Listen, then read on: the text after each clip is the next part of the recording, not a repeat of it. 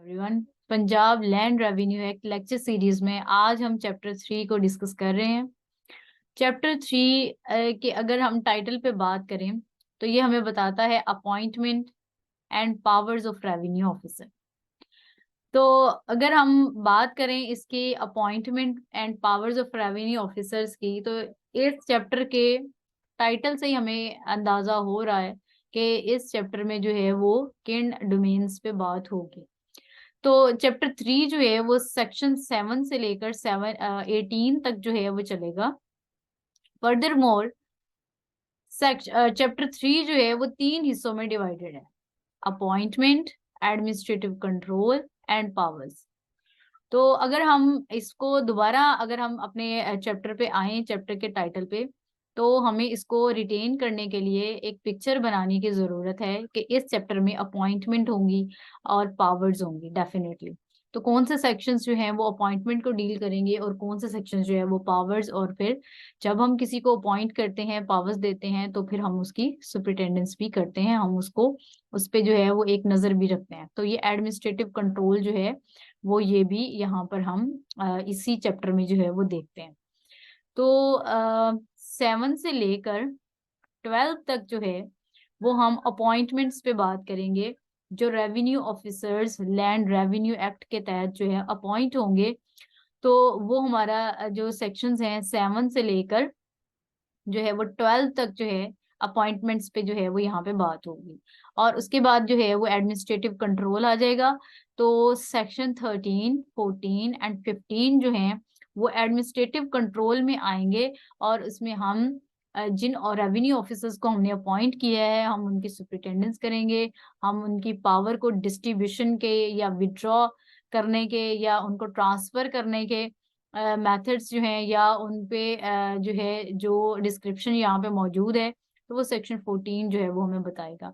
और फिर हम कम्बिनेशन ऑफ ऑफिसर्स की बात करेंगे। तो ये हमारा एडमिनिस्ट्रेटिव कंट्रोल में सारी ये डिस्कशन होगी।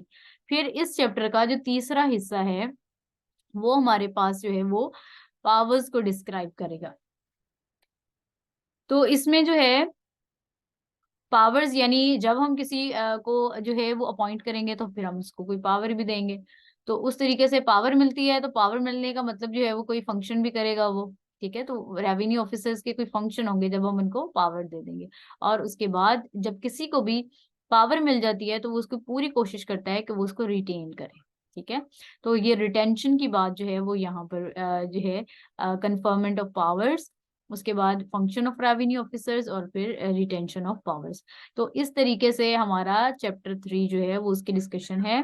और चैप्टर 3 जो है वो इसमें अपॉइंटमेंट ऑफ रेवेन्यू ऑफिसर्स है, एडमिनिस्ट्रेटिव कंट्रोल है, और हमारे पास पावर्स ऑफ रेवेन्यू ऑफिसर।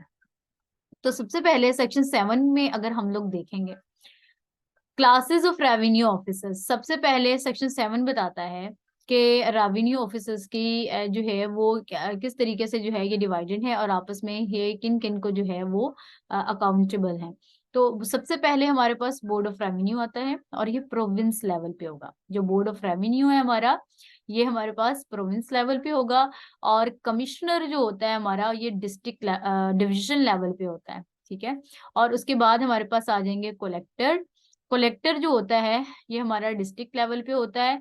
और उसके बाद जो है इसमें हमारे पास आ जाएगा कलेक्टर के बाद जो है वो ये असिस्टेंट कमिश्नर होते हैं। उसके बाद assistant collector of first grade and assistant collector of second grade.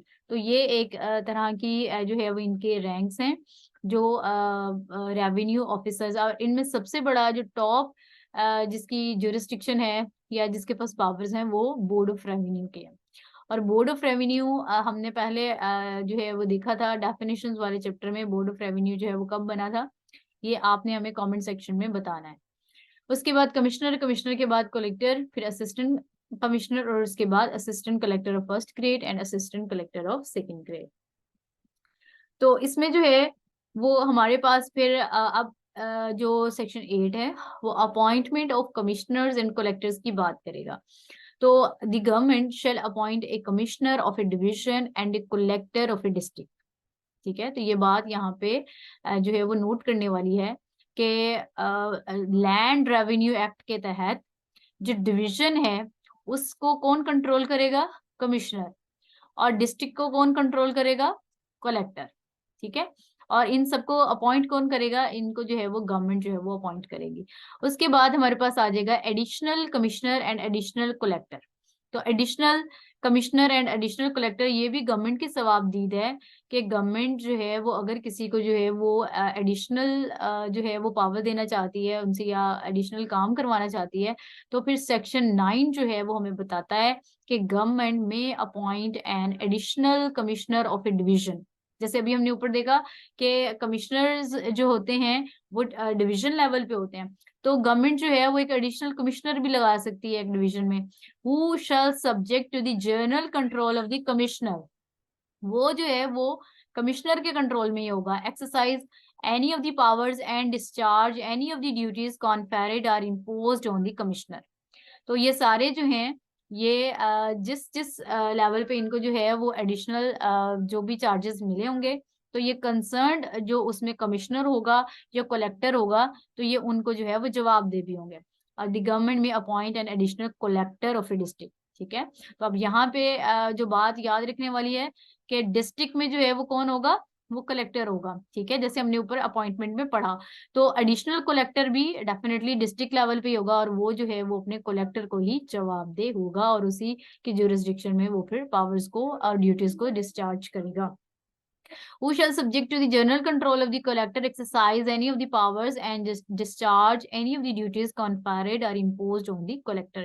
तो जब उसको एडिशनल कलेक्टर या एडिशनल कमिश्नर बना दिया है, तो उनपे जो ड्यूटीज हैं और जो उसको जो है वो काम इम्पोज उस पे किए गए हैं, वो उसके तहत जो है वो अपने काम सरंजाम देगा।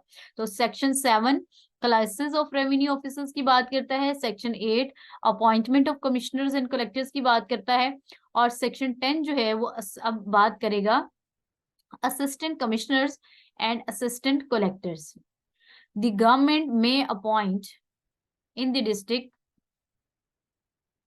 as many assistant commissioners and assistant collectors of first and second grade as it may deemed expedient। तो गवर्नमेंट जो है वो एक डिस्ट्रिक्ट में जो है वो जितने चाहे असिस्टेंट कमिश्नर लगा दे, जितने चाहे असिस्टेंट कलेक्टर लगा दे। ठीक है, ये जैसा भी गवर्नमेंट को जो है वो ठीक लगे। क्लॉज 2 इसकी कहती है कि गवर्नमेंट में place the revenue administration of A sub division in the charge of an assistant commissioner and compare any of the power of the collector on such office under subsection 1 of the section 16। अब यहाँ पे एक simple सी बात है, section आगे 16 हम discuss करेंगे। Section 16 ये कहता है कि गवर्नमेंट ना जिसे चाहती है वो उसको